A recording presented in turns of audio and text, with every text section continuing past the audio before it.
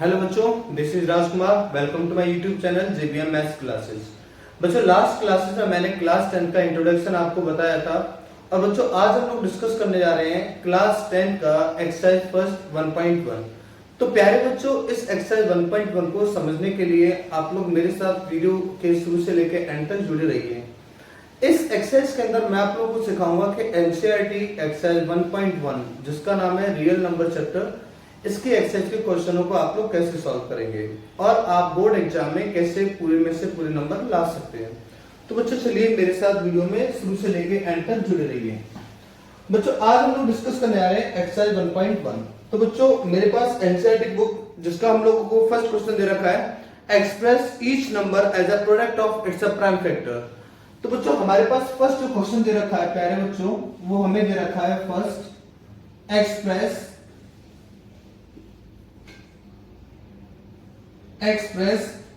each number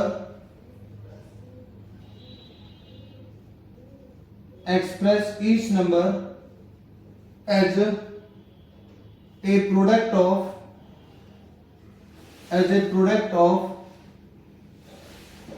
its a prime factor।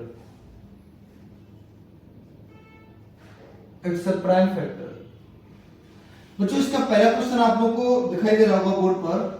First question है 140 और बच्चों सेकंड क्वेश्चन इसका 156।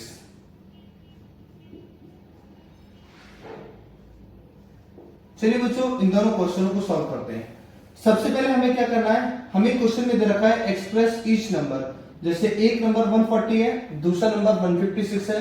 इस नंबर को as a product of its a prime factor, मतलब हर एक नंबर को आप प्राइम नंबर्स के प्रोडक्ट के फॉर्म में आपको चेंज करना है।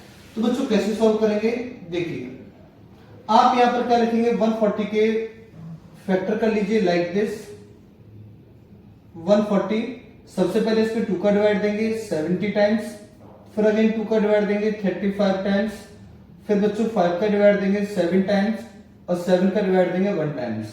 क्लियर बच्चों, 140 के आप लोग इस तरीके से फैक्टर कर लेंगे। फैक्टर करने के बाद आप यहां पर लिखेंगे क्या, 140 इज इक्वल टू में 2 इंटू 2 इंटू फिर ये 5 और फिर ये नंबर 7। क्लियर बच्चों, अब इसको प्राइम फैक्टर करने के बाद आपको फंडामेंटल थ्योरम का स्टेटमेंट याद होगा। फंडामेंटल थ्योरम का स्टेटमेंट आपसे ये कहता था कि कोई भी अगर कंपोजिट नंबर है जिसके 2 से ज्यादा प्राइम फैक्टर हो सकते हैं, तो बच्चों उस प्राइम नंबर्स के फैक्टर को आप एक यूनिक फॉर्म में लिखना होता है। यूनिक का मतलब होता है अगर कोई भी प्राइम नंबर अगर मोर देन 2 टाइम्स आ रहा है या मोर देन 1 टाइम्स आ रहा है तो उसको आप लोग as a power of terms में चेंज कर देंगे। तो बच्चों हमारे पास यहाँ पर जो 2 दे रखा है, 2 कितने टाइम्स आ रहा है, 2 टाइम्स आ रहा है, तो 2 की पावर 2 लिख देंगे। यहाँ पर 5 को 1 टाइम लिख देंगे और 7 को बच्चों 1 टाइम लिख देंगे। क्लियर, ये आपका आंसर हो जाएगा। सेकंड क्वेश्चन की ओर चलते हैं बच्चों। 156 के आप लोग फैक्टर करेंगे प्यारे बच्चों। तो यहाँ 156 के फैक्टर करने पे आ जाएगा 2 7 जा 14, कैरी 1, 2 8 जा 16, 2 से अगेन डिवाइड देंगे, 2 3 जा 6, 2 9 जा 18, फिर बेटा 3 से डिवाइड देंगे, 3 1 जा 3, 3 3 जा 9 एंड 13 से 1 टाइम। बच्चों यहाँ पर आप क्या लिखेंगे, यहाँ पर 156 को लिखेंगे और 156 को लिखने के बाद आप यहाँ पर इसके प्राइम फैक्टर्स लिख देंगे, 2 इंटू 2 इंटू 3 और इंटू 13। बच्चों यहाँ देख रहे हैं 2 टाइम्स आया है तो 2 को एज अ पावर टर्म्स में चेंज कर देंगे और यहाँ पर 3 को 1 टाइम्स एंड 13 को 1 टाइम्स। ये आपका बेटा आंसर हो जाएगा। क्लियर बच्चों, आगे की तरफ चलते हैं। सेकंड क्वेश्चन हमारे पास दिखाई दे रहा होगा आपको।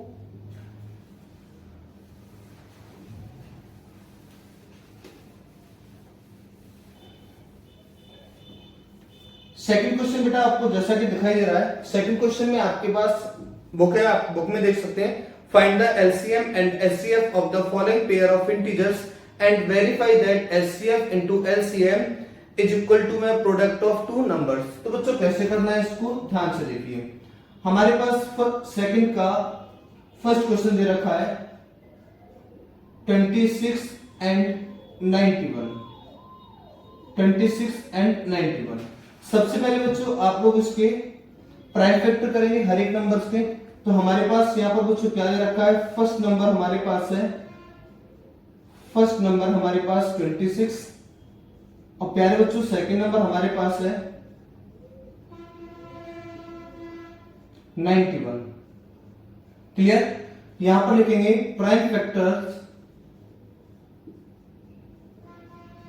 Factors of each number.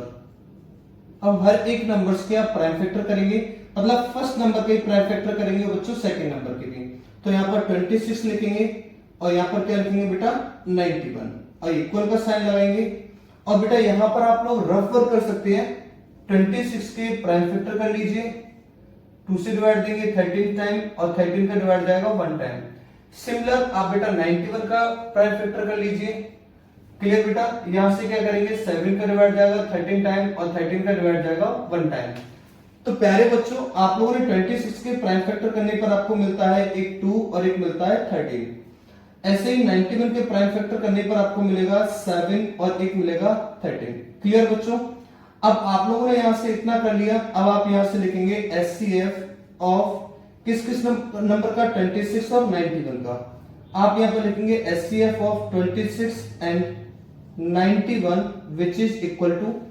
और बेटा एचसीएफ होता क्या है, एचसीएफ होता बेटा जो दोनों प्राइम फैक्टर्स, दोनों नंबर्स के प्राइम फैक्टर करने पे जो नंबर कॉमन मिल रहा है वो उनका एचसीएफ हो जाएगा। तो हमें इन दोनों नंबर्स के प्राइम फैक्टर करने पर केवल प्राइम फैक्टर में 13 ही कॉमन मिल रहा है, तो यहां पर आप 13 लिख देंगे बच्चों। उसके बाद हम यहां पर लिखेंगे LCM, LCM of 26 and 91 which is equal to.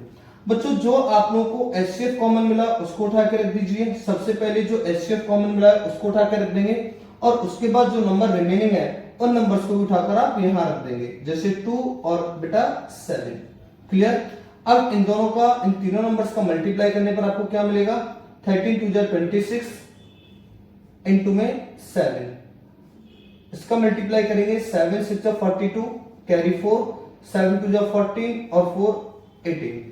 Clear बच्चों। यहां तक आप समझ में आ गया। आप लोगों ने फर्स्ट नंबर और जो सेकंड नंबर दिया था सबसे पहले उसके प्राइम फैक्टर किए और प्राइम फैक्टर करने पर आपको जो कॉमन नंबर दिखाई दिया वो एचसीएफ हो गया। और एलसीएम जब निकालते हैं तो बच्चों जो आपके पास कॉमन नंबर दिखाई दे रहा है उसको उठा के रख लीजिए। कॉमन नंबर क्या दिखाई दिया आपको 13 और जो नंबर रिमेनिंग बच रहे थे जैसे 2 और ये 7 इनको भी उठा के रख लीजिए और इनका मल्टीप्लाई करके रख देंगे, वो आ जाएगा एलसीएम। बच्चों अब हमें वेरिफिकेशन करना है रिलेशंस का, तो रिलेशंस का वेरिफिकेशन कैसे करेंगे हम लोग बच्चों, यहां पर हम लिखेंगे क्या, we no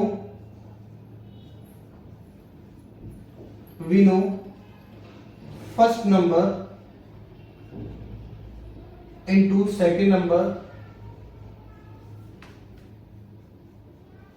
is equal to में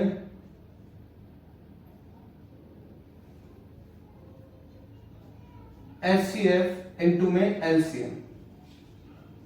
तो मेरे प्यारे बच्चों फर्स्ट नंबर आपको क्या दे रखा था, 26 दे रखा था और मेरे प्यारे बच्चों सेकंड नंबर आपको क्या दे रखा था, 91।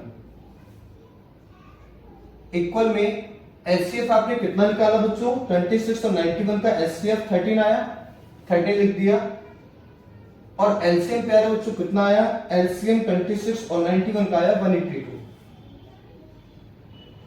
बेटा मल्टीप्लाई करेंगे तो मल्टीप्लाई करने पे ये लेफ्ट हैंड साइड इस राइट हैंड साइड के इक्वल आनी चाहिए। तो प्यारे बच्चों एक काम कीजिए, मल्टीप्लाई कर लीजिए। 1 का 26 से करेंगे तो 26 आ जाएगा, या आप ऐसे भी कर सकते हैं, इसका अलग से मल्टीप्लाई करके देख लीजिए। 26 इंटू में 91 मल्टीप्लाई करेंगे, 26 इंटू में 9 6 जा 54 कैरी 5, 9 2 जा 18 और 5 23 ऐड कर लीजिए। यहां आ जाएगा बेटा 2 3 और 6 और मेरे प्यारे बच्चों इसका भी मल्टीप्लाई करके देख लीजिए आप। 13 मल्टीप्लाई 182 मल्टीप्लाई 13, 3 2 जा 6, 3 8 जा 24 कैरी 2, 3 1 जा 3 और 2 5। 1 का मल्टीप्लाई करेंगे 182। बच्चों सॉल्व कर लीजिए, ऐड कर लीजिए। 6 5 8 23 कैरी 1 और 1 और 1 2। तो बेटा कितना आ जाएगा 2 3 6 6। आप यहां से कह सकते हैं लेफ्ट हैंड साइड इक्वल आ रही है बेटा राइट हैंड साइड के, यहां लिख दीजिए वेरीफाई। वेरीफाई। तो मेरे प्यारे बच्चों आई थिंक आप लोगों को यहां तक एनसीईआरटी एक्सरसाइज 1.1 के पहले 2 क्वेश्चंस आपको बहुत अच्छे से समझ में आ गए। तो बच्चों चलिए आगे बढ़ते हैं, इसी तरीके से हम लोग क्वेश्चन नंबर 3 पर।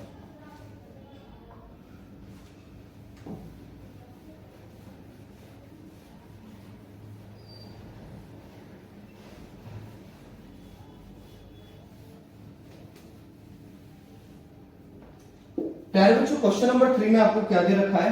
क्वेश्चन नंबर 3 आप लोग पढ़ेंगे, find the LCM and HCF of the following integer by applying the prime factorisation method.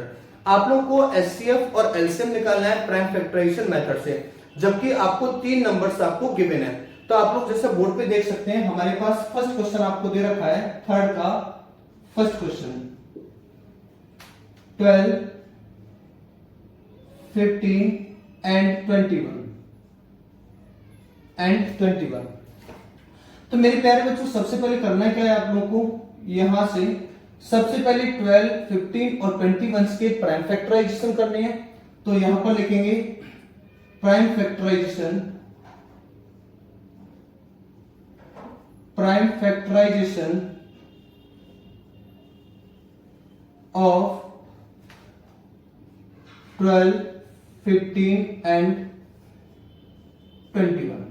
तो बेटा यहां पर आप 12 के प्राइम फैक्टर करेंगे, 15 के करेंगे और मेरे प्यारे बच्चों 21 के करेंगे। आप लोग बहुत अच्छे जानते हैं 12 के प्राइम फैक्टर क्या होते हैं बेटा। 12 के प्राइम फैक्टर आप करेंगे 2 इंटू में 2 और इंटू में 3। क्लियर बच्चों, 2 2 जा 4, 4 3 जा 12, तो 12 आ गया आपका। 15 के करेंगे बेटा, कितना हो जाएगा 5 इंटू में 3। क्लियर, आप चाहे 3 इंटू 5 भी लिख सकते हैं, 5 इंटू 3 भी लिख सकते हैं। 21 के आप करेंगे बेटा 7 इंटू में 3। आप चाहें तो 3 इंटू में 7 भी कर सकते हैं, वो भी सही है। अब बेटा हमें क्या निकालना है, हमें निकालना है एचसीएफ। किस किस नंबर का एचसीएफ निकालना है, 12, 15 एंड 21 का। तो मेरे प्यारे बच्चों मैंने भी आपको बताया कि जब आपको एचसीएफ निकालना होता है तो जिस जिस नंबर के आप लोगों ने प्राइम फैक्टर किए हैं उन नंबर्स में वो नंबर सिलेक्ट कर लीजिए जो कि कॉमन है। तो जैसा कि हम देख पा रहे हैं बेटा तीनों नंबर्स में ये 3 ही एक ऐसा इंडिविजुअल नंबर है जो कॉमन आ रहा है, तो इस 3 को उठाकर यहां रख दीजिए, ये आपका एचसीएफ आ गया। आई थिंक आपको समझ में आ गया होगा। एलसीएम की ओर बढ़ते हैं बेटा। एलसीएम जब हम निकालेंगे, एलसीएम ऑफ 12, 15 एंड 21, तो मेरे प्यारे बच्चों मैंने भी आपको बताया इससे जस्ट पिछले वाले क्वेश्चंस में, जब आप एलसीएम निकालते हैं तो जो एचसीएफ आया उसको उठा के रख लीजिए और बाकी जो नंबर बचे हुए उन सब नंबर्स को भी रख दीजिए। तो बेटा यहाँ पर हमारे पास कॉमन नंबर 3 आया था, इसके अलावा क्या क्या नंबर रिमेनिंग है, 2, अगेन 2, 5 एंड अगेन 7। तो यहां लिखेंगे बच्चों 2 इंटू 2 इंटू 5 इंटू 7। इनका मल्टीप्लाई कर दीजिए बेटा, 3 2 जा 6, 6 2 जा 12, 12 5 जा 60, 67 जा 420। बेटा ये आपके पास आ गया एलसीएम। आई थिंक आप लोगों को बहुत अच्छे समझ में आ गया होगा। अगर आप लोगों को 2 या 2 से ज्यादा नंबर्स दे रखे हो और आपसे कह दिया जाए कि उन नंबर्स के आपको प्राइम फैक्टराइजेशन मेथड से एलसीएम और एचसीएफ निकालते हैं, तो आप इस तरीके से बड़े आराम से और बड़ी आसानी से कर सकते हैं। तो बच्चों आगे की तरफ चलते हैं हम लोग, आप नोट कर सकते हैं।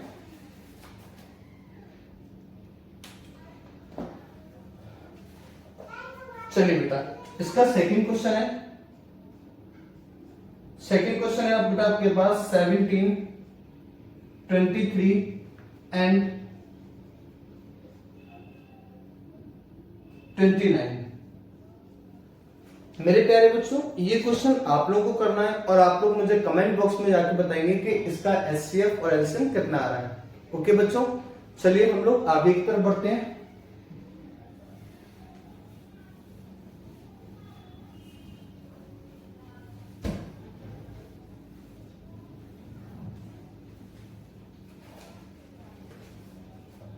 क्वेश्चन नंबर 4 आपके बोर्ड पे दिखाई दे रहा है बेटा।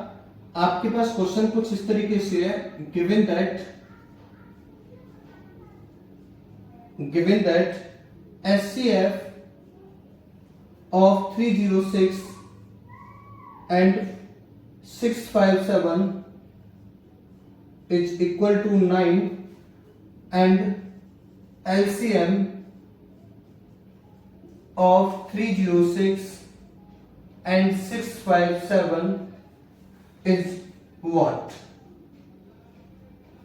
आपसे बेटा क्वेश्चन दे रखा है एनसीईआरटी 1.1 एक्सरसाइज का क्वेश्चन नंबर 4। आपको कुछ इस तरीके से है कि आपको गिवन है एचसीएफ ऑफ 306 एंड 657 इज 9। आपके पास बच्चों एचसीएफ कितना दे रखा है 9, किन किन का 306 और 657 का। तो प्यारे बच्चों आपसे पूछा है उन्हीं दो नंबर 306 और 657 का एलसीएम कितना होगा। ठीक है बच्चों, तो आप लोगों को एक रिलेशन अच्छे से आता होगा जिसमें आप लोगों ने पढ़ा होगा। तो बच्चों हमारे पास रिलेशंस है first number into second number equal में एचसीएफ इनटू में एलसीएम, या आप ऐसे भी कह सकते हैं HCF into LCM equal to में प्रोडक्ट ऑफ टू नंबर्स। तो प्यारे बच्चों इस क्वेश्चन को सॉल्व करने के लिए सबसे पहले आप क्या करेंगे, आप यहां पर लिखेंगे फर्स्ट नंबर कितना है बच्चों आपके पास, फर्स्ट नंबर आपके पास है 306। याद रखें जो आपके पास इस तरीके से ब्रैकेट में दिए जाते हैं ये नंबर्स होते हैं फर्स्ट और सेकंड नंबर। क्लियर बच्चों, ये फर्स्ट नंबर ये सेकंड नंबर सिमिलर आपको दिखाई दे रहा होगा, यहां पर ये फर्स्ट नंबर और ये सेकंड नंबर है। नंबर्स में कोई भी चेंजिंग नहीं है, फर्स्ट नंबर सेम है और सेकंड नंबर भी सेम है। तो बच्चों फर्स्ट नंबर आपके पास दे रखा है, सेकंड नंबर आपको पास कितना दे रखा है, सेकंड नंबर आपको दे रखा है 657। ठीक है बच्चों, और हमें इन्हीं दो नंबर का एचसीएफ दे रखा है। क्या दे रखा है बेटा एचसीएफ किस किस का, 306 और 657 का 9। तो बच्चों आपसे पूछ रहा है कि बताइए एलसीएम कितना होगा, किस किस का 306 और 657 का। तो मेरे प्यारे बच्चों हम लोग जानते हैं वी नो, आप लोगों ने रिलेशन पढ़ा है एचसीएफ इनटू में LCM equal first number into second number, first number into second number. तो मेरे प्यारे बच्चों जो वैल्यूज या जो डेटा आपके पास गिवन है उसको इस फॉर्मूले पुट कर देंगे। एचसीएफ आपके पास कितना गिवन है 9, तो यहां 9 रख दीजिए। एलसीएम आपको निकालना है इक्वल में फर्स्ट नंबर आपके पास कितना है 306 और मेरे प्यारे बच्चों सेकंड नंबर आपके पास कितना है 657। एलसीएम की वैल्यू निकालेंगे तो एलसीएम इक्वल टू में 306 इनटू में 657 और डिवाइड दे देंगे एलसीएम के मल्टीप्लाई में जो नंबर है। आई थिंक आपको चीजें समझ में आ गई होंगी। चलिए बच्चों आगे की तरफ बढ़ते हैं। 9 से 657 कंप्लीटली डिवाइड हो जाएगा, 306 आपके पास बचेगा इनटू में 9 7 जा 63, 2 बचा होगा 2 एंड 7 27, 9 3 जा 27। क्लियर बच्चों, इसका मल्टीप्लाई कर लीजिए आप लोग। 306 का मल्टीप्लाई 27 से करेंगे प्यारे बच्चों, 7 6 जा 42 कैरी 4, 7 0 जा 0 प्लस 4 7 3 जा 21 मल्टीप्लाई 2 6 जा 12 कैरी 1, 2 का मल्टीप्लाई 0 से करेंगे 0 प्लस 1 1। क्लियर, यहां करेंगे बेटा 3 2 जा 6 2 6 2 8। कितना आ जाएगा बेटा यहां पर मल्टीप्लाई करने पर 2 8 2 6 2। आई थिंक आपको ये समझ में आ गया होगा, मेरे ख्याल से कोई भी दिक्कत नहीं क्वेश्चंस में। चलिए बच्चों आगे की तरफ बढ़ते हैं हम लोग। ठीक है बच्चों, इसी तरीके से आप क्वेश्चन नंबर 5 की तरफ चलते हैं बच्चों।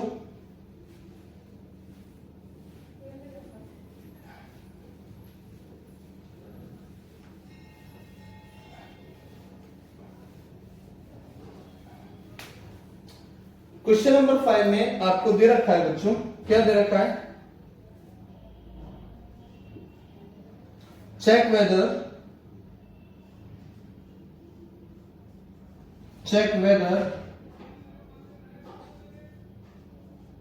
6 की power n can end with unit digit 0 for all natural number, for all natural number। मेरे प्यारे बच्चों, इस क्वेश्चन को समझने के लिए सबसे पहले इस क्वेश्चन को आपको अच्छे से पढ़ना पड़ेगा, क्योंकि इस क्वेश्चन का सॉल्यूशंस अलग अलग टीचर्स अलग अलग तरीके से कराते हैं। कुछ टीचर केवल 2 ही लाइन में इसका सॉल्यूशन दे देते हैं, कुछ टीचर इसको अच्छी तरीके से एक्सप्लेन करके समझाते हैं और तब आपसे कहते हैं कि इसको आप राइट डाउन कीजिए। तो मेरे प्यारे बच्चों, चलिए इसको पहले हम लोग बहुत अच्छे से समझ लेते हैं। पहले समझना इस क्वेश्चन में ये है कि सर अगर मेरे पास यहां पर दे रखा है n एक नेचुरल नंबर है और n की वैल्यू में नेचुरल नंबर 1 भी रख सकता हूं, 2 भी रख सकता हूं, 3 भी रख सकता हूं, 4 और इस तरीके से कई n की वैल्यू मैं यहां पर रख सकता हूं। क्लियर बच्चों? अब मेरे प्यारे बच्चों याद रखिए, अगर 6 की पावर n आपको दे रखा है, अगर मैं इस n की जगह 1 2 3 4 या 5 6 7 अप टू कई नंबर्स रख लूं, जैसे मान के चलिए मैंने 6 की पावर 1 कर दिया, n की जगह 1 पुट कर दिया तो ये 6 ही बना होगा और इसका यूनिट डिजिट 6 है। अगर जब आप 6 की जगह 2 रखेंगे तो 6 का स्क्वायर 26 हो जाएगा, सॉरी 36 हो जाएगा बच्चों, तो भी इसका यूनिट डिजिट 6 आया। अगर मैं 6 का क्यूब करने के लिए कहूं, n की वैल्यू 3 रखेंगे तो 6 का क्यूब हो जाएगा, 6 का क्यूब कितना हो जाएगा 216 हो जाएगा, तो भी यूनिट डिजिट क्या आ रहा है बच्चों, इतना ही आ रहा है। हाँ यार, और इससे ये पता चलता है कि सर आप 6 की पावर में कोई भी n की वैल्यू 1 2 3 4 5 6 7 अप टू कोई भी रख लीजिए, तो सर डेफिनेटली n की वैल्यू रखने पर मेरे पास जो यूनिट डिजिट आ रहा होगा वो क्या आ रहा होगा, सॉरी n की वैल्यू कुछ भी रखने पर मेरे पास यूनिट डिजिट 6 ही आ रहा होगा। हाँ यार, तो मेरे प्यारे दोस्तों इसको सॉल्यूशन में किस तरीके से लिखते हैं देखिए, for all value या for all natural number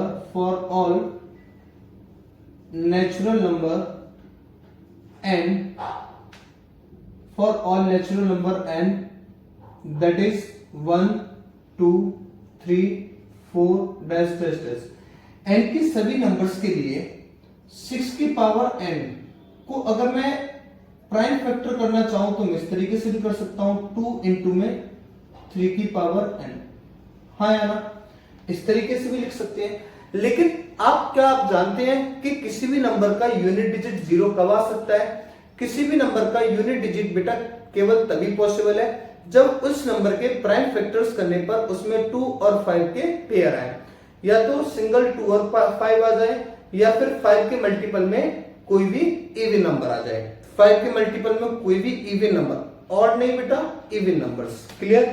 तो बेटा हम लोग यहां पर इस तरीके से समझ सकते हैं इसको कि बच्चों हम लोग यहां पर अगर n की वैल्यू 1 रख रहे हैं, n की वैल्यू अगर मैंने यहां पर 1 रखा, n की वैल्यू 1 रखने पर ये यहां पर कितना बन जाएगा बच्चों, 6 की पावर 1 बन जाएगा। इसका मतलब 2 इंटू में 3 की पावर 1 बन जाएगा और फाइनली रिजल्ट कितना मिलेगा, 6 मिलेगा।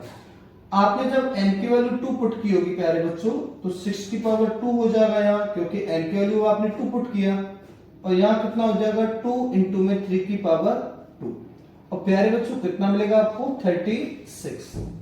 और मेरे प्यारे बच्चों जब आप n की वैल्यू 3 रख रहे होंगे तो n की वैल्यू 3 रखने पर आपको कितना मिलेगा, 2 इंटू में 3 की पावर 4 पावर 3, मतलब ये आ जाएगा 216। क्लियर बच्चों?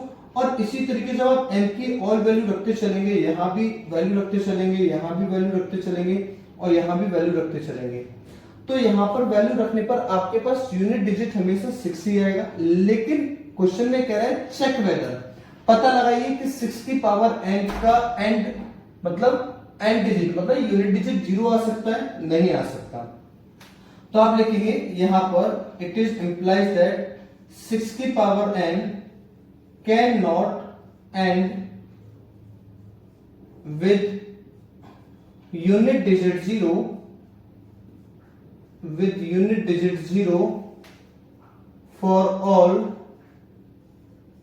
natural number, for all natural number, because, क्योंकि, रीजन क्या लिखेंगे, because 6 की पावर n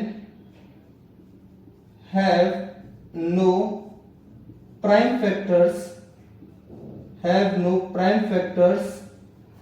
as, क्या नहीं है बेटा प्राइम फैक्टर्स, 2 की पावर m इंटू 5 की पावर n।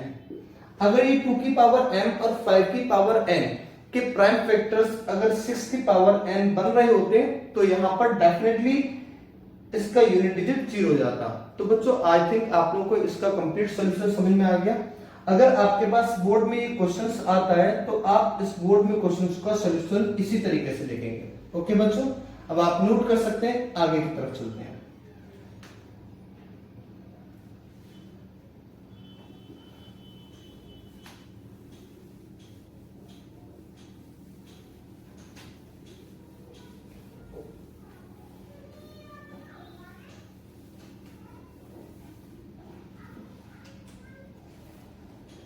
बच्चों क्वेश्चन नंबर 6 की तरफ चलते हैं। क्वेश्चन नंबर 6, explain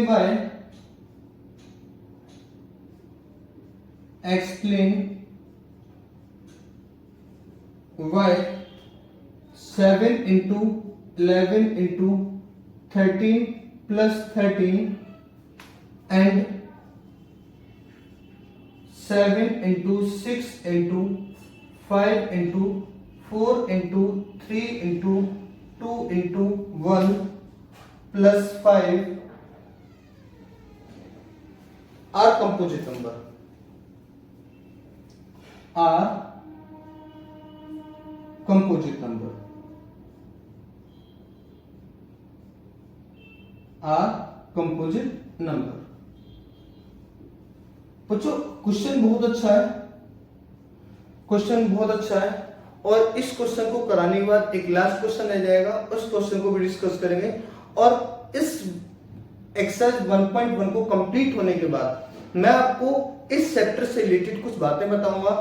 इस चैप्टर से मतलब इस एक्सरसाइज से रिलेटेड कुछ बातें बताऊंगा, उन बातों को बहुत ध्यान से समझना है। तो बच्चों यहां पर मैं इसको ब्रैकेट में इंक्लोज कर लूं, कोई प्रॉब्लम नहीं है। चलिए, तो बच्चों क्वेश्चन ये कह रहा है कि एक्सप्लेन कीजिए क्या इस नंबर को, इस नंबर्स के कॉम्बिनेशन को और इस नंबर के कॉम्बिनेशन को हम लोग कंपोजिट नंबर बोल सकते हैं। अगर बोल सकते हैं तो किस बिहाफ पर बोल सकते हैं और नहीं बोल सकते तो क्यों नहीं बोल सकते। तो बच्चों इसके पीछे रीजन ये है कि सबसे इंपॉर्टेंट बात ये है कि सर हमें ये पता होना चाहिए कि कंपोजिट नंबर क्या होते हैं। तो लास्ट वीडियो में मैंने जो वीडियो बनाई थी उसमें आपको कंपोजिट नंबर डिस्कस किए थे।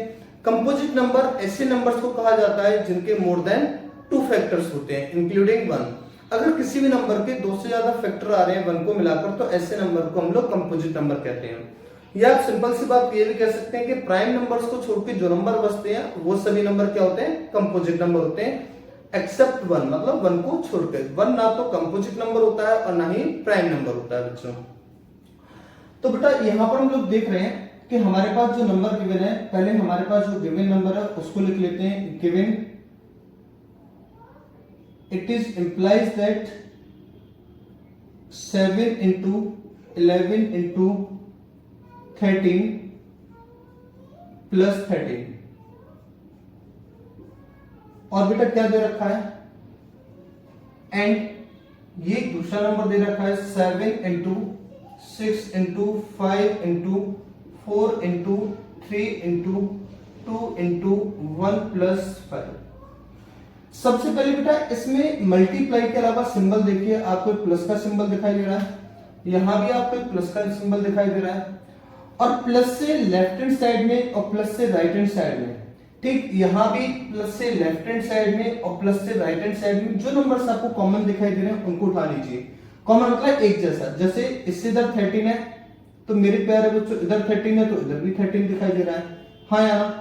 इधर देखते हैं कि सर प्लस के राइट हैंड साइड में 5 है तो इस प्लस से लेफ्ट हैंड साइड में 5 दिखाई दे रहा है आपको, हाँ या ना। तो बच्चों यहां पर आप क्या करेंगे, यहां पर आपको जो नंबर कॉमन दिखाई दे रहे हैं उनको उठा के बाहर ले आइए और इनकी जगह पर 1 रख दीजिए। तो बच्चों हम लोगों ने क्या किया होगा, यहाँ पर 13 कॉमन है, 13 को उठा लिया, यहाँ पर 7 बचा होगा, यहाँ पर 11 बचा होगा, 13 की जगह 1 रख दीजिए और यहाँ भी 13 की जगह 1 रख दीजिए। क्लियर बेटा।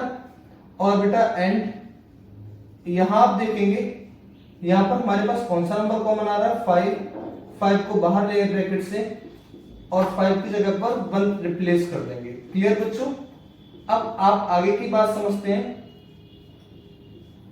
अब यहां पर इसको हम सॉल्व करेंगे। 7 इंटू 11 77, 77 बन जा 77 प्लस 1, तो बेटा हमारे पास कितना आ गया, 78 आ गया। क्लियर।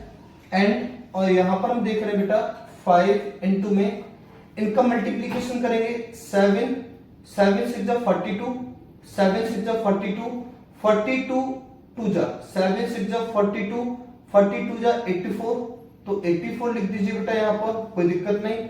और यहाँ बचा होगा 1 इंटू 4 इंटू 3 इंटू 1, इसका मतलब 1 का मल्टीप्लाई 4 से कीजिए, 4 का 3 से कीजिए, 3 का 1 से कीजिए, फाइनली आपके पास 12 आ जाएगा। क्लियर बच्चों। और लास्ट में आपके प्लस में क्या बचा होगा, 1 बचा होगा। बात समझ में आएगी बच्चों। अब आगे की बात समझेंगे। इसका जब आप सॉल्यूशन करेंगे तो सॉल्यूशन करने से आप इसके प्राइम फैक्टर कर दीजिए। 78 को ब्रेक कर सकते हैं 17 इंटू में 3 इंटू में 2, क्योंकि 13 6 जा 78 होता है, 13 6 जा 78 होता है, तो 78 को 13 6 जा 6 को हम ब्रेक कर सकते हैं 3 इंटू 2 में। और मेरे प्यारे बच्चों यहां से हम देख रहे हैं कि 5 इंटू में इनका आपस में मल्टीप्लाई करेंगे, कितना आ जाएगा, 12 4 जा 48 और कैरी हो गया आपके पास 4, 12 8 जा 96 और प्लस 1 96, 12 8 जा 96 और 4 कितना हो गया बेटा 100 और प्लस 1। आई थिंक क्लियर हो गया आपको यहाँ तक बेटा। अब यहाँ तो हमारे पास सी क्या दिखाई दे रहा है आपको, यहाँ तो आपको ये मोर देन कितने नंबर दिखाई दे रहे हैं, मोर देन कितने फैक्टर दिखाई दे रहे हैं, मोर देन 2 फैक्टर दिखाई दे रहे हैं। यहां अभी हमने इसको सॉल्व नहीं किया तो इसको सॉल्व कर लेंगे प्यारे बच्चों, कितना हो जाएगा 109 हो जाएगा। अब 109 के फैक्टर करने पे दिक्कतें आ रही होंगी आपको, तो आप यहाँ पर मल्टीप्लाई 1 दिखा सकते हैं, क्योंकि कंपोजिट नंबर के बारे में मैंने आपसे ये बोला था, कंपोजिट नंबर ऐसे नंबर होते हैं जिनके मोर देन 2 फैक्टर होते हैं इंक्लूडिंग 1। तो 200 तो फैक्टर ही हो गए और 1 को मल्टीप्लाई कर दिया तो मोर देन 2 फैक्टर हो गए 1 को मिला के। इसका मतलब आप यहां पर लिख सकते हैं that is 7 into 11 into 13 plus 13 and 7 into 6 into 5 into 4 into 3 into 2 into 1 plus 5 are composite number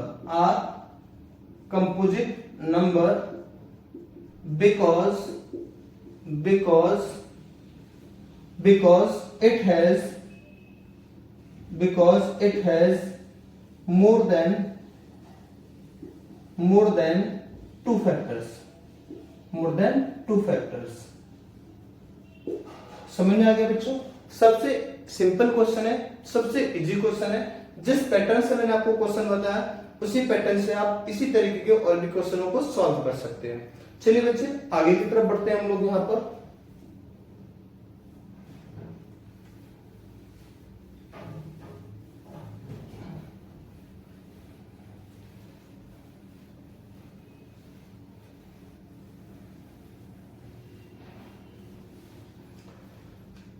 बच्चों क्वेश्चन नंबर 7 आपको दिखाई दे रहा है, आप अपनी एनसीईआरटी बुक में देख सकते हैं। There is a circular path around a sports field. आप मान के चलिए मैंने आपसे कह दिया कि मेरे पास एक स्पोर्ट्स फील्ड है, एक स्पोर्ट्स फील्ड शेप नहीं दे रखी, मैं स्क्वायर से भी मान सकता हूं, no problem. There is a circular path around a sports field. अगर ये मेरे पास एक स्पोर्ट्स फील्ड है, अगर ये मेरे पास एक स्पोर्ट्स फील्ड है और इस स्पोर्ट्स फील्ड के सराउंडिंग मतलब अराउंड में चारों ओर कैसा है बेटा, एक सर्कुलर पाथ है। Clear. Sonia takes 18 minutes to drive 1 round of the field while Ravi takes 12 minutes for the same. Suppose they both start at the same point and at the same time and go in the same direction. After how many minutes will they meet again at the starting points? अब जो question ये कह रहा है कि यहां पर question number आपके पास 8, ध्यान से देखिए क्वेश्चन नंबर 7 है। क्वेश्चन नंबर 7 क्वेश्चन ये कह रहा है कि एक स्कूल में स्पोर्ट्स फील्ड है, मैंने मान लिया स्पोर्ट्स फील्ड मेरे पास एक स्क्वायर शेप में या रेक्टेंगल शेप जैसे भी चाहे वैसे बना लीजिए, नो प्रॉब्लम। और बच्चों क्वेश्चन में ये कह रहा है कि उस स्पोर्ट्स फील्ड के सराउंडिंग क्या है, सराउंडिंग या अराउंड एक क्या है, उसके अराउंड में एक सर्कुलर पाथ है।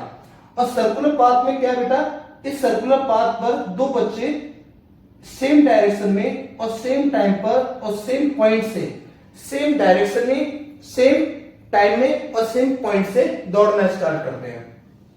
तो वहीं जो सोनिया है, वहीं सोनिया कितना टाइम लेती है, सोनिया ले रही है बेटा 18 मिनट्स।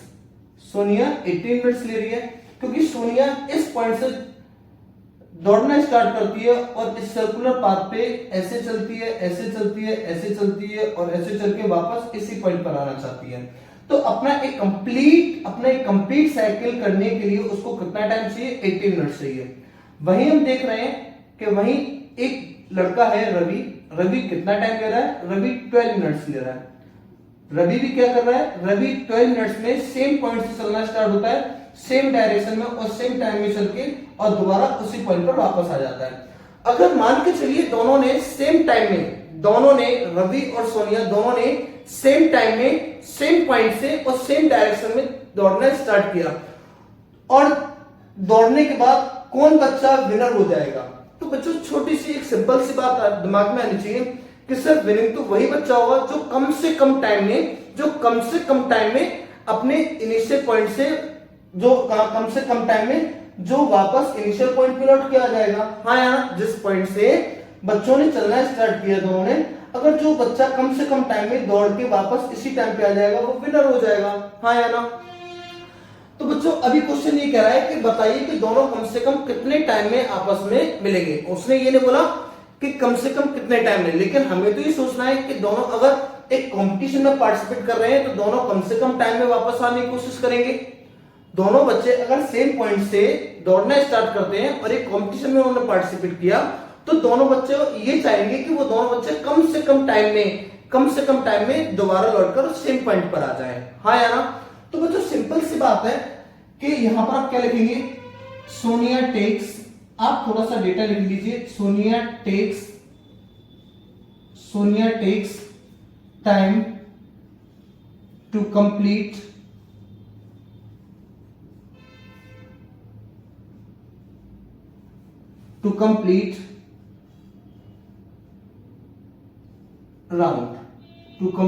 ए राउंड। एक राउंड को कंप्लीट करने में सोनिया कितना टाइम ले रही है, 18 मिनट्स। क्लियर बच्चों।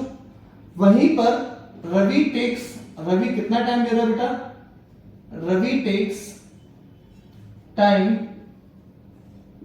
To complete round. एक राउंड को कंप्लीट वन राउंड को कंप्लीट करने में कितना टाइम ले रहा है, 12 मिनट्स ले रहा है। हाँ यार, अगर दोनों अगर सेम पॉइंट पे आना चाहेंगे तो कम से कम टाइम में आने की कोशिश करेंगे। तो इसका मतलब सिंपल से बेटा आपको इस क्वेश्चन में खुद सोचना है। क्वेश्चन में नहीं दे रखा कि दोनों को कम से कम टाइम में आना है, आपको खुद सोचना है कि जब दोनों बच्चे एक कंपटीशन में पार्टिसिपेट कर रहे हैं तो दोनों बच्चे अगर सेम टाइम में, अगर सेम पॉइंट से और सेम डायरेक्शन चलना स्टार्ट कर रहे हैं तो दोनों ही बच्चे कोशिश ये करेंगे कि दोबारा कम से कम टाइम में लौटकर उसी पॉइंट पर आ जाएं। तो प्यारे बच्चों हम लोग यहां लिख सकते हैं since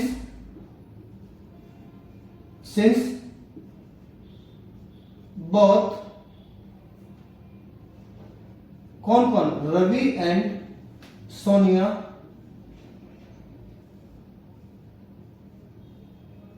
wants to come at same points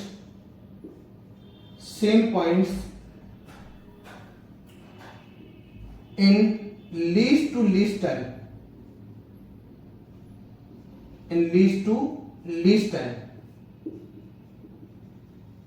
clear बेटा। दैट इज एलसीएम किसका बेटा, 18 एंड 12 कितना हो जाएगा बेटा, लीस्ट टू लीस्ट। बच्चों आप जानते हैं लीस्ट टू लीस्ट का मतलब क्या होता है, लीस्ट टू लीस्ट का मतलब होता है एलसीएम। और प्यारे बच्चों हाईएस्ट टू हाईएस्ट का मतलब होता है, हाईएस्ट टू हाईएस्ट का मतलब होता है बच्चों एचसीएफ। तो मेरे प्यारे बच्चों यहां से आप क्या लिखेंगे, इन दोनों का एलसीएम निकालेंगे और दोनों का एलसीएम कितना आ जाएगा 36। तो दोनों बच्चे 36 मिनट बाद आपस में मिलेंगे। क्लियर बच्चों? आई थिंक आपको यहां तक ये एक्सरसाइज 1.1 कंप्लीट समझ में आ गई। अगर फिर भी आपके मन में कोई डाउट है किसी क्वेश्चन को लेकर तो आप मुझे कमेंट्स बॉक्स में जाके बता सकते हैं।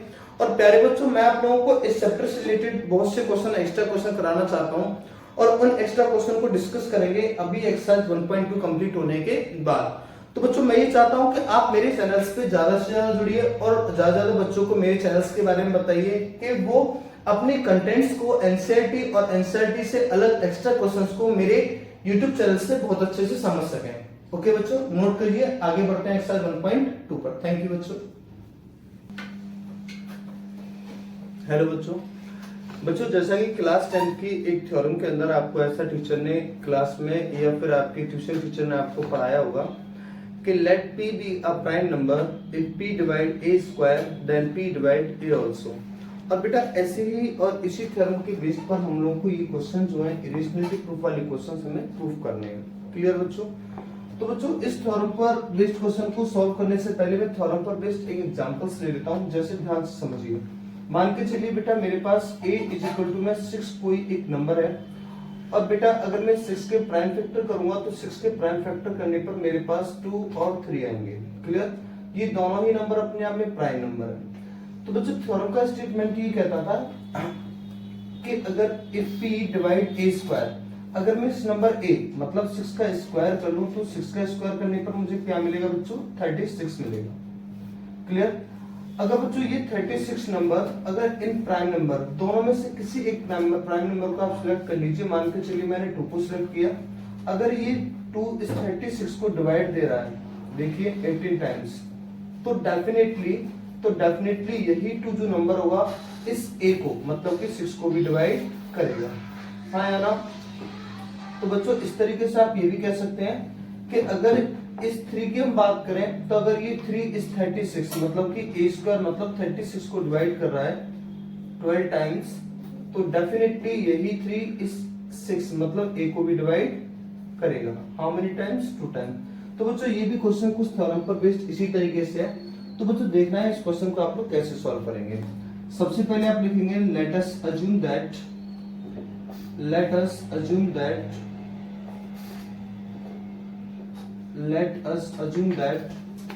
root 5 is a rational number. Root 5 is a rational number. Root 5 is a rational number. तो बच्चों सबसे पहले आपको बात याद रखनी है कि जो आप रूट 5 को रेशनल प्रूफ कर रहे हो, आप इस नंबर को रेशनल नंबर मान के चलिए। और रेशनल नंबर की कंडीशंस में आपको ये याद रखना है कि रेशनल नंबर ऐसे नंबर होते हैं जिनको आप a अपॉन b के फॉर्म में एक्सप्रेस कर सकते हैं। याद रहे a और b दोनों ही कोप्राइम नंबर होने चाहिए जिनका एचसीएफ 1 आए। ऐसा नहीं है कि आपने a और b को कोई भी 2 नंबर मान लिया और उनका एचसीएफ कोई अदर नंबर आ रहा हो 1 के अलावा। तो बच्चों यहाँ से हम लोग क्या करेंगे, जब हमने इसको रूट 5 को एक रेशनल नंबर मान लिया तो डेफिनेटली मैं रूट 5 को a अपॉन b के फॉर्म में एक्सप्रेस कर सकता हूँ। क्लियर? और यहाँ पर मैंने बोला दोनों ही नंबर कैसे नंबर है, a and b are coprime number, a and b are coprime number. Clear बच्चों? यहाँ से जब हमने इसको a अपॉन b की फॉर्म में एक्सप्रेस कर दिया तो रूट 5 आ रहा है, तो रूट 5 से हमें क्या करना पड़ेगा बच्चों, रूट को रिमूव करना पड़ेगा, क्योंकि रेशनल की फॉर्म में कभी भी अंडर रूट का नंबर नहीं आता या फिर स्क्वायर रूट नहीं आता। तो बच्चों सबसे पहले आप इसको इधर ले जाएंगे, इधर ले आने पे क्या लिख देंगे b root 5 is equal to में a। और बेटा रूट रिमूव करने के लिए क्या कर देंगे आप यहाँ से स्क्वायरिंग बोथ साइड।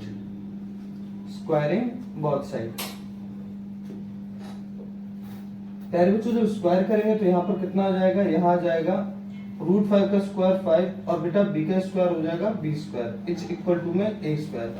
और इससे मान लेंगे आप इक्वेशन नंबर फर्स्ट, क्योंकि ऐसे ही कंडीशंस अभी मैंने एक आपको एग्जांपल के बेस पे समझाया था कि if p divide a square then p divide a also.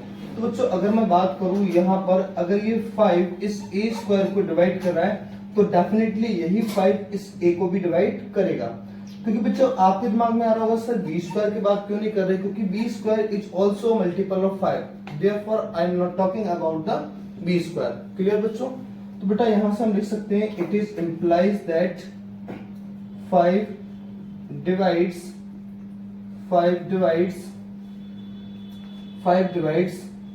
a square, then 5 divides a also।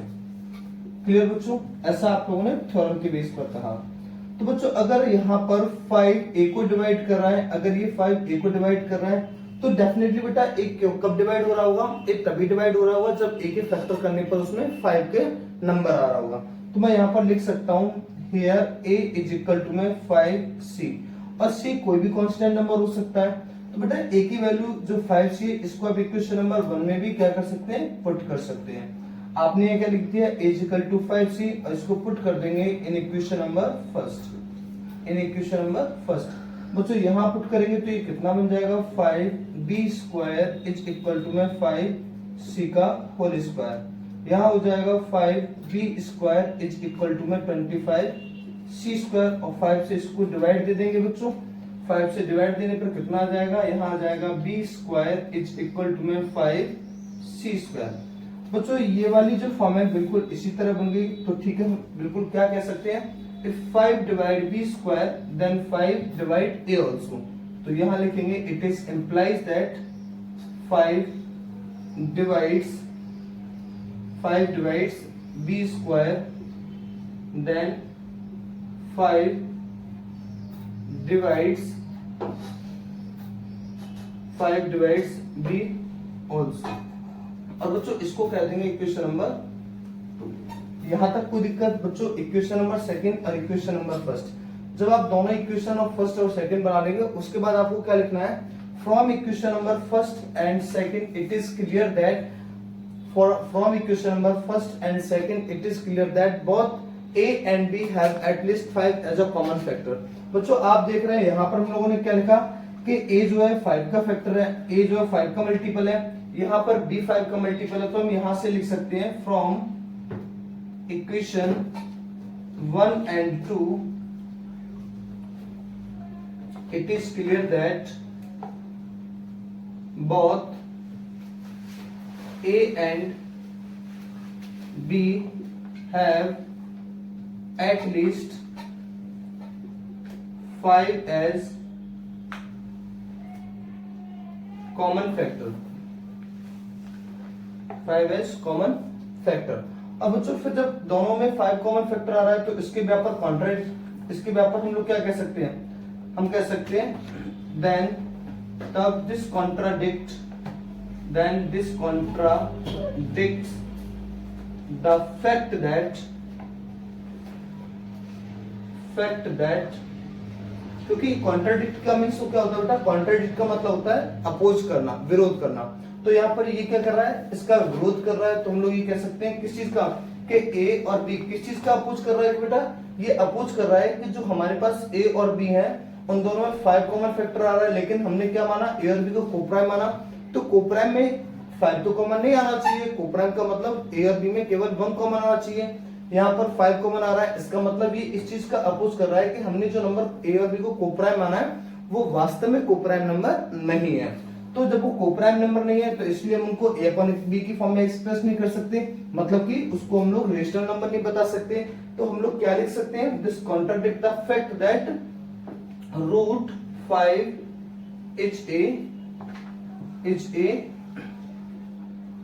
Rational number. वो इस चीज का अपोज करता है कि रूट 5 जो आपने माना है वो क्या है, वो रेशनल नंबर नहीं है।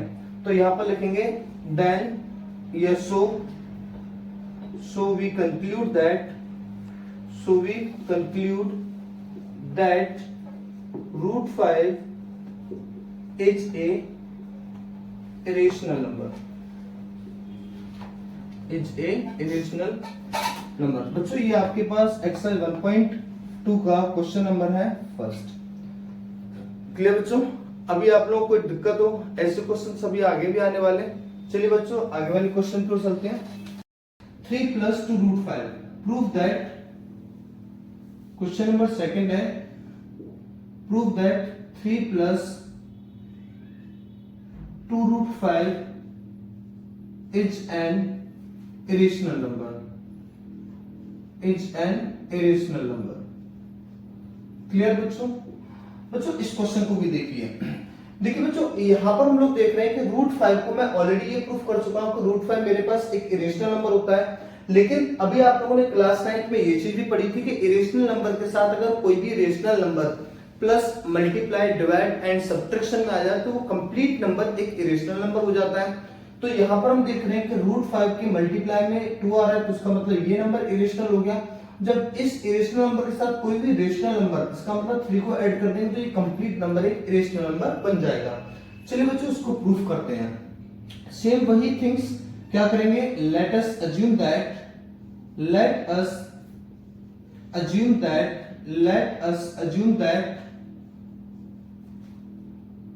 3 plus 2 root 5 is a rational number. हम इसको क्या मान लेंगे बच्चों, एक रेशनल नंबर मान लेंगे। जब ये एक नंबर रेशनल नंबर मान लिया तो इसको हम a upon b की फॉर्म में भी एक्सप्रेस कर सकते हैं। तो इसको हम लिख सकते हैं a upon b is equal में 3 plus 2 root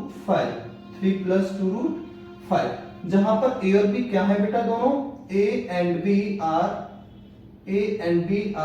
co-prime numbers. क्या है बच्चों, दोनों co-prime number। Clear?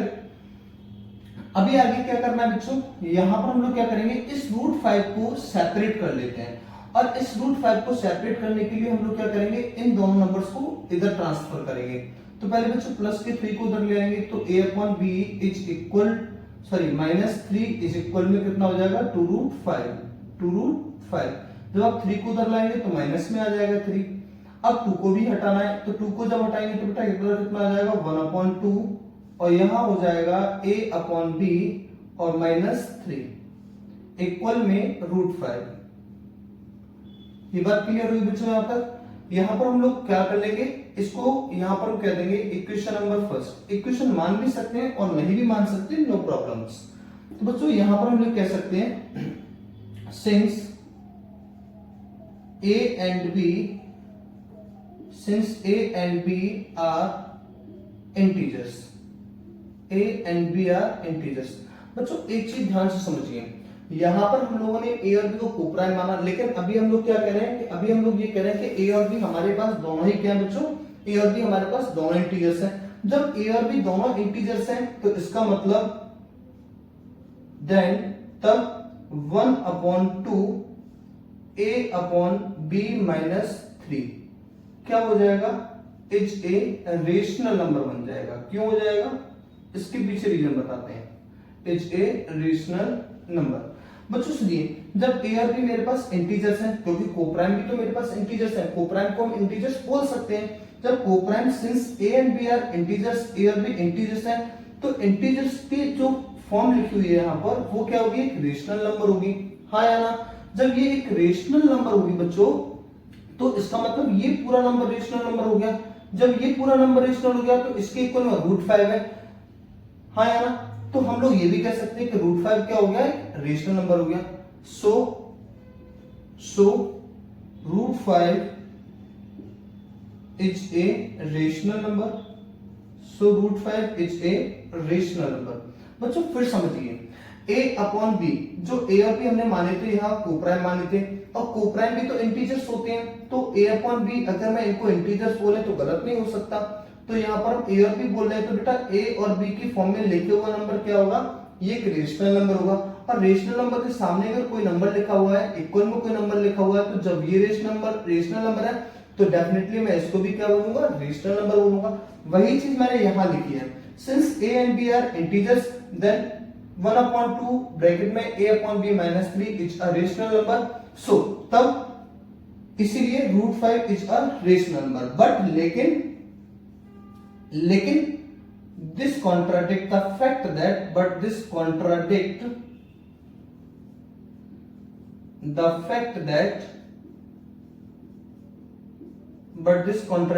fact that क्या A and B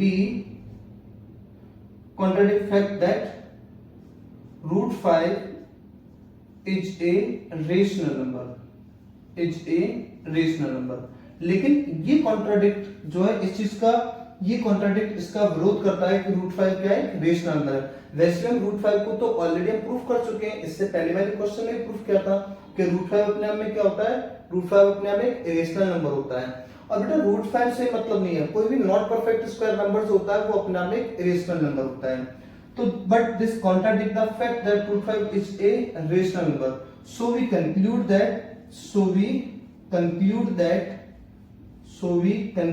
दैट तो हम लोग ये निष्कर्ष निकाल सकते हैं क्या कि ये पूरा नंबर कौन सा 3 + 2 root 5 is an irrational number,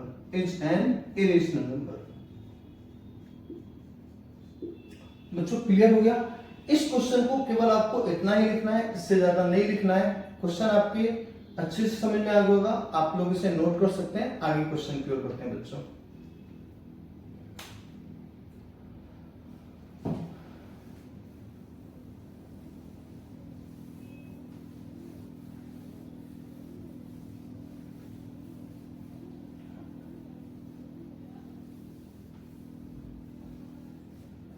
बच्चों एनसीईआरटी का अगला क्वेश्चन है क्वेश्चन नंबर 3, जिसमें बोला है प्रूफ दैट थर्ड का फर्स्ट क्वेश्चन बच्चों, थर्ड का first question, proof that 1/√2 is an irrational number. तो मेरे प्यारे बच्चों अभी मैं इसको इरेशनल नंबर प्रूफ करने जा रहा हूं, तो ध्यान से देखेंगे आप लोग, वही सेम थिंग्स आप लोग रिपीट करेंगे। Let us assume that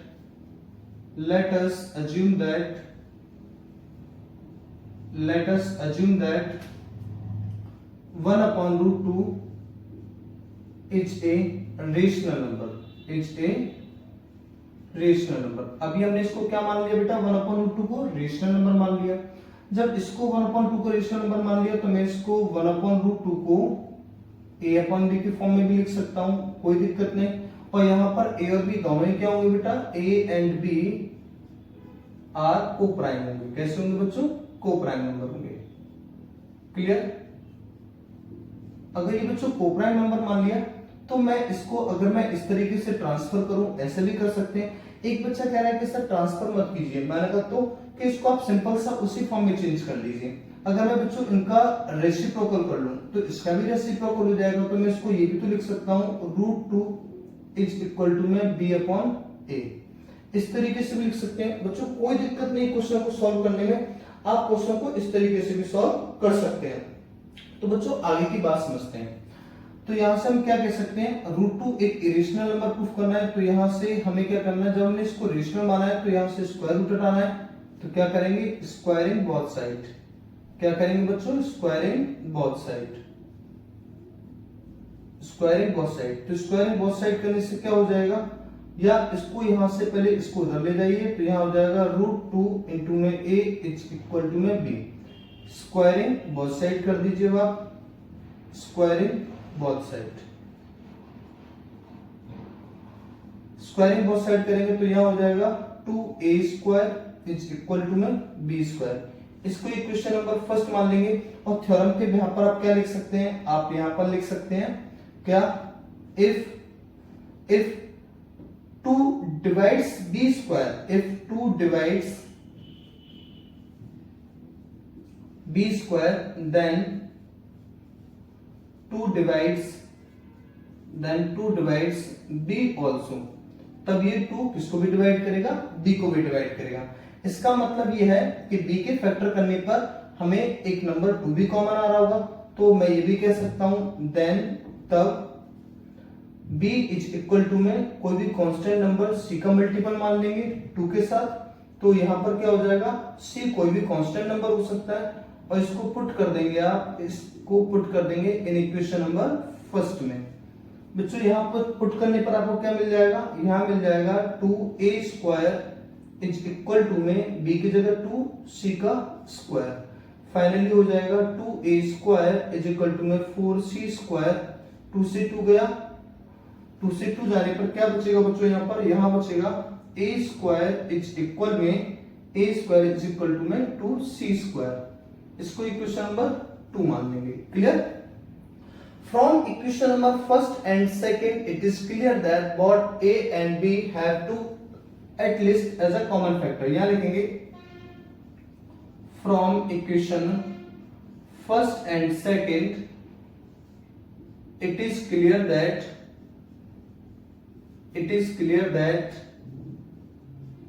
both A and B have to have at least 2 as common factor। Clear बच्चों? यहां तक क्लियर आ गया। अब इसके बाद आपको वही कहानी लिखनी है, क्या कि A और B मतलब A और B दोनों के पास कम से कम 2 क्या आ रहा होगा, कॉमन फैक्टर आ रहा होगा। हाँ या ना? But this contradict the fact that, लेकिन ये कॉन्ट्राडिक्ट का विरोध करता है, but this contradict the fact that, किस चीज का विरोध करता है कि जब दोनों में A और B दोनों में अगर 2 कॉमन आ रहा है, इसका मतलब A और B हमारे पास क्या नहीं होंगे, को प्राइम नंबर नहीं होंगे। जब A और B दोनों ही को प्राइम नंबर नहीं होंगे तो डेफिनेटली हम उनको क्या कहेंगे, A और B के फॉर्म में एक्सप्रेस नहीं करेंगे, क्योंकि एक्सप्रेस तो तभी कर पाएंगे जब वो परफेक्ट रेशनल नंबर के फॉर्म में होंगे। तो इसका मतलब हम ये कह सकते हैं कि ये कॉन्ट्राडिक्ट जो है इस चीज का विरोध करता है कि A और B के पास दोनों के पास 2 कॉमन फैक्टर आ रहा है, इसका मतलब दोनों को प्राइम नंबर नहीं है। जब दोनों को प्राइम नंबर नहीं है तो ये नंबर क्या होंगे, एक इरेशनल नंबर होगा। But this contradict the fact that √2 is an irrational number, is a rational number. इस चीज का विरोध करता है कि √2 एक क्या है, रेशनल नंबर है। हाँ या ना?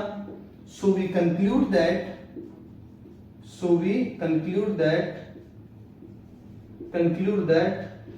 √2 इज ए इरेशनल नंबर। √2 क्या हो जाएगा, इरेशनल नंबर हो जाएगा। ठीक है? देयरफॉर हम ये भी कह सकते हैं 1/√2 is also an irrational number। जब √2 एक इरेशनल नंबर है तो डेफिनेटली उसका रेसिप्रोकल मतलब 1/√2 भी क्या होगा, इरेशनल नंबर होगा। बच्चों यहां तक आपको समझ में आ गया, नोट कर लीजिए। बच्चों आज हम लोगों ने एक्सरसाइज 1.2 के 3 क्वेश्चंस डिस्कस किए, जिसमें फर्स्ट क्वेश्चन हमने √5 इरेशनल प्रूफ किया। सेकंड क्वेश्चन जो था वो था आपका 3 + 2 √5, उसको इरेशनल प्रूफ किया। और थर्ड का फर्स्ट पार्ट जिसमें 1/√2 एक इरेशनल नंबर था, उसको प्रूफ किया। और प्यारे बच्चों इसी तरीके से आप इसके रिमेनिंग 2 क्वेश्चंस को भी प्रूफ कर सकते हैं। तो बच्चों मैं आप लोगों को ये बताना चाह रहा हूं कि अभी तक हम लोगों ने एनसीईआरटी की दोनों एक्सरसाइज को कंप्लीट डिस्कस कर लिया, और अब मैं साथ ही साथ आगे डिस्कस करूंगा एनसीईआरटी के वो मोस्ट इंपोर्टेंट क्वेश्चंस, जो एनसीईआरटी बोर्ड में अक्सर उस टाइप के क्वेश्चंस आपको देती है, या फिर कुछ अलग तरीके के क्वेश्चन जिसका डिस्कस एनसीईआरटी के अंदर नहीं किया गया, लेकिन ऐसे ही क्वेश्चंस जो अलग क्वेश्चंस है, ऐसे ही अलग क्वेश्चंस आपको एनसीईआरटी बोर्ड में देती है, मतलब सीबीएसई आपको बोर्ड में देती है। तो प्यारे बच्चों मेरे साथ YouTube चैनल्स में जुड़े रहिए, और मैं आप लोगों से रिक्वेस्ट करूंगा प्लीज मेरे चैनल्स को ज्यादा शेयर कीजिए, और वीडियोस पे ज्यादा लाइक कमेंट्स कीजिएगा। अगर अभी भी आपको किसी क्वेश्चन में कोई डाउट आ रहा है तो प्लीज कमेंट्स बॉक्स में जाकर आप मुझे मैसेज डालिएगा, मैं आपका वेट करूंगा। थैंक यू बच्चों, थैंक यू।